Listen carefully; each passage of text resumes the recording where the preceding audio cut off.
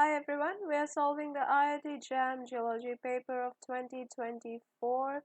In here, we are going to solve some questions in today's video. It is a series of videos. If you want to see the solutions of all the questions from this year's question paper, then you need to follow our channel also. And if you are preparing for any kind of government job examinations, or if you are preparing for any kind of entrance examinations, then you can just follow our channel, or you can also contact us for taking the classes. All the details of our classes are given in the description box below. The very first question says the crystal formed dome contains what? The crystal formed dome contains two non-parallel faces related by a mirror plane. So what is a dome? Let's talk about this thing first.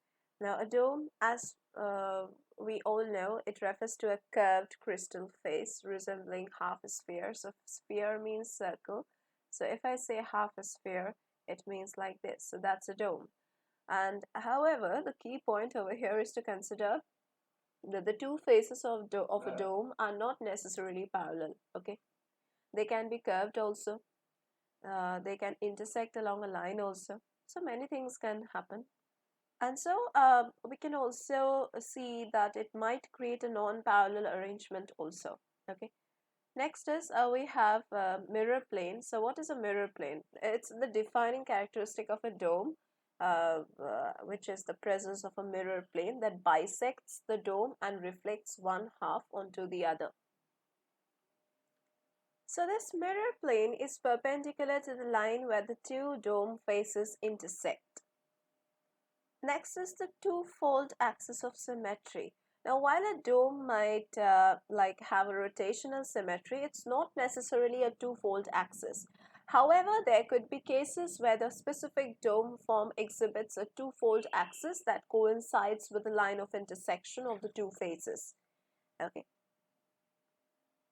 So therefore, based on the definition of a dome and the possibility of both non-parallel faces and a two-fold axis, option D, that is two parallel faces related by a mirror plane, would be accurately describing the characteristics of a dome crystal form.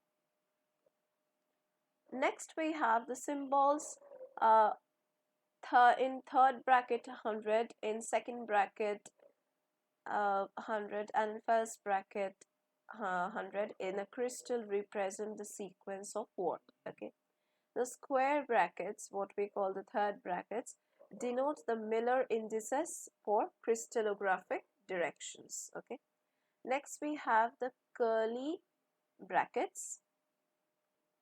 Curly brackets, they denote the Miller indices for the crystallographic planes. Then we have the parenthesis. Now for parenthesis, it denotes the crystallographic forms. So now let's interpret the symbols one by one.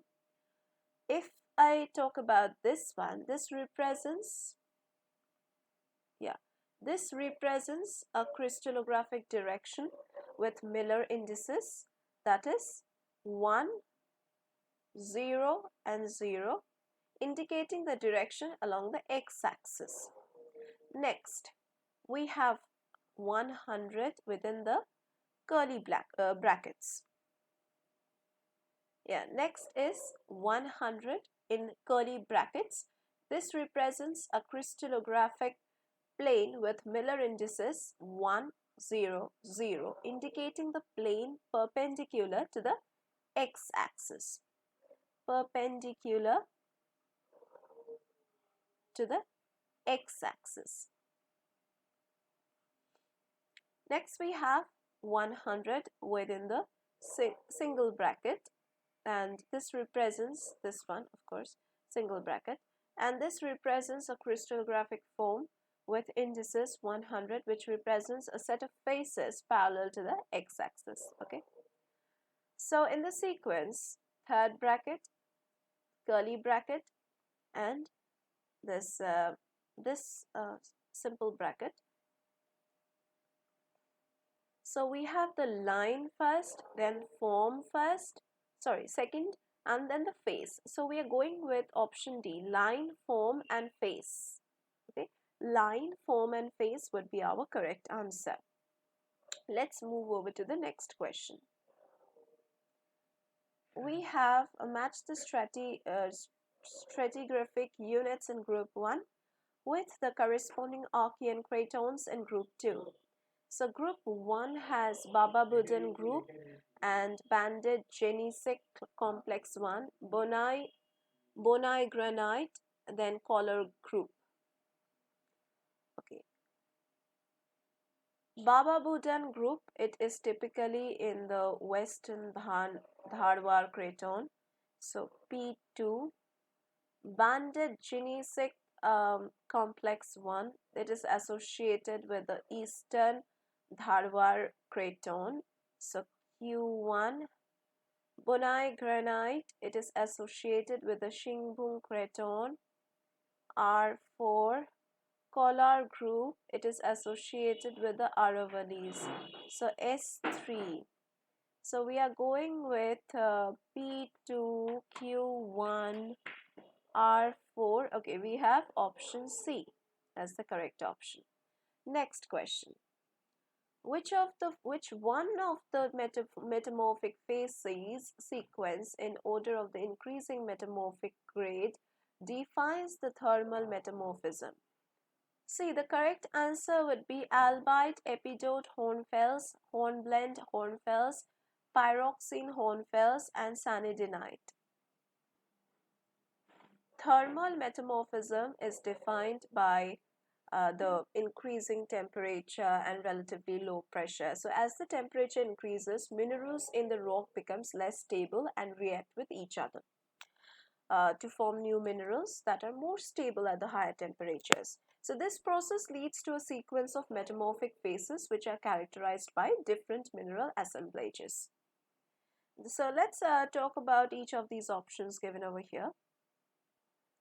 Let's talk about the very first option that is given. Now this first option, now it talks about the sequence going backward in terms of temperature, with sanidite being the highest temperature phases, and albite, epidote, hornfels being the lowest. So this is not the correct answer. Moving over to B, that is albite, epidote, hornfels. This sequence starts correctly with the albite, epidote, hornfels.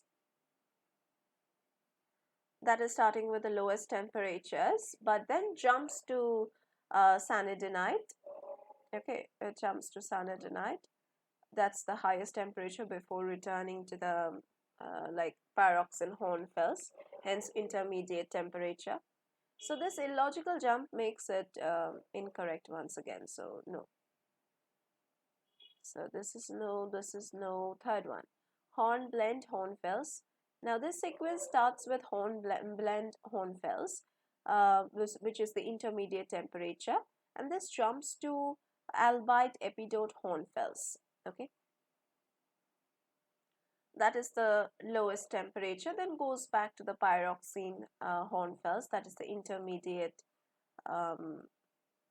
temperature, and finally reaches the sanidinite, which is the highest temperature.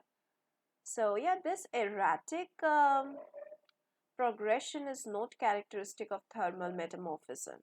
Okay. The last option, that is albite, epidote, hornfels.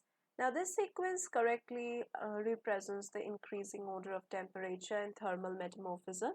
And albite, epidote, hornfels, they form at the lowest temperature as it is mentioned at the first, and finally sanidinite at the highest temperature. So this matches the expected progression for the thermal metamorphism. Let's move over to the next question for today's class. Nickel ores are not associated with what? Now, nickel ores are primarily associated with certain geological environments. Starting with the ultramafic igneous rocks. Ultramafic igneous rocks such as peridotite and dunite, if I take the examples, are known for their high magnesium and also they are known for their iron content, and they often contain the significant amounts of nickel sulfide ores also. So therefore, nickel ores are commonly associated with ultramafic igneous rocks. Okay. Next, we have the laterites. Now, laterites are the weathering products that can contain nickel minerals. Nickel laterites are a significant source of nickel worldwide. Okay. Next, we have the sea-floor polymetallic nodules. Now, sea-floor polymetallic nodules typically contain a variety of metals like manganese, copper, cobalt, and nickel. Now, nickel can indeed be associated with these nodules. Then we have the skarns.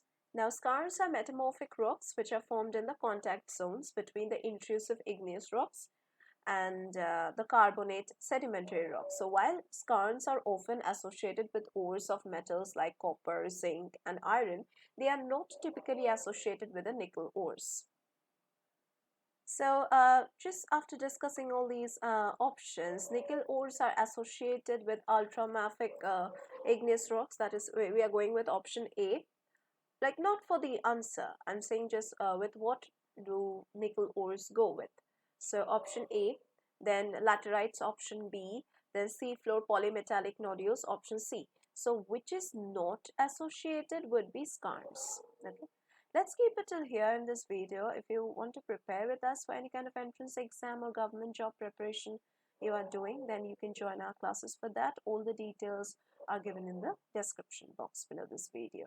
If you have any queries further, you can post down in the comment box below.